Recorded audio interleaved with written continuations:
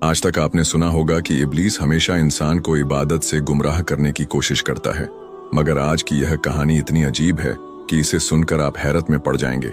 एक शख्स अंधेरी रात में नमाज अदा करने के लिए अपने घर से निकला। रास्ता बहुत अंधेरा था और चलते हुए उसे ठोकर लग गई। वह मुंह के बल गिर पड़ा और कीचड़ से लथपथ हो गया।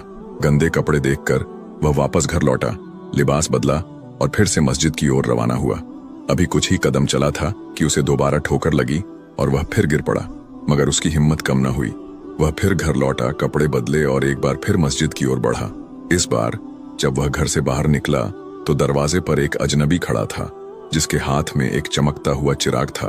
अजनबी चुपचाप उसके आगे आगे मस्जिद की तरफ चल पड़ा। चिराग की रोशनी में इस बार रास्ता साफ नजर आ रहा था और वह बिना किसी मुश्किल के मस्जिद पहुंच गया।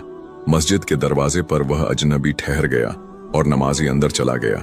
नमाज अदा करने के बाद जब वह बाहर निकला तो देखा कि वह अजनबी अभी भी खड़ा था, मानो उसे घर छोड़ने आया हो। नमाजी को अजनबी पर शक हुआ और उसने उससे पूछा, आप कौन हैं? अजनबी ने जवाब दिया, मैं इब्लीस हूँ। यह सुनकर नमाजी हैरान रह गया और बोला, शैतान मुझे मस्जिद तक कैसे छोड़ने आया? तेरा काम तो लोगों को गुमराह करना है। इब्लीस हंसते हुए बोला, जब पहली बार तू गिरा तो अल्लाह ने तेरे सारे गुनाह माफ कर दिए। जब दूसरी बार गिरा तो अल्लाह ने तेरे पूरे खानदान को बख्श दिया। मुझे डर था कि अगर तू तीसरी बार गिरा तो अल्लाह पूरे गांव को बख्श देगा, इसलिए मैं चिराग लेकर आया ताकि तू बिना गिरे मस्जिद पहुंच जाए। यह सुनकर नमाजी की आंखों में आंसू आ गए।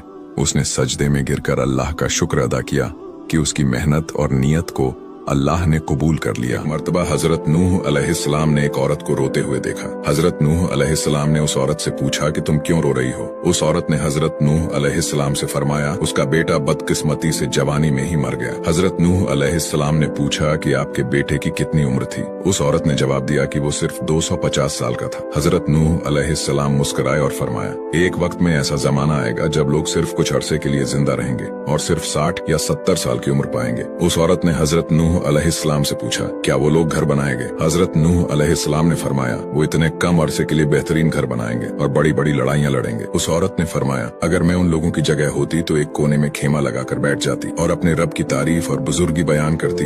इसलिए दोस्तों, हमें यकीनन घर बनाने चाहिए और ऐसे घर जहाँ हम सिर्फ 60 या 70 साल रहेंगे और अपनी आखिरत की जिंदगी को भूल जाना बेहतर है क्या?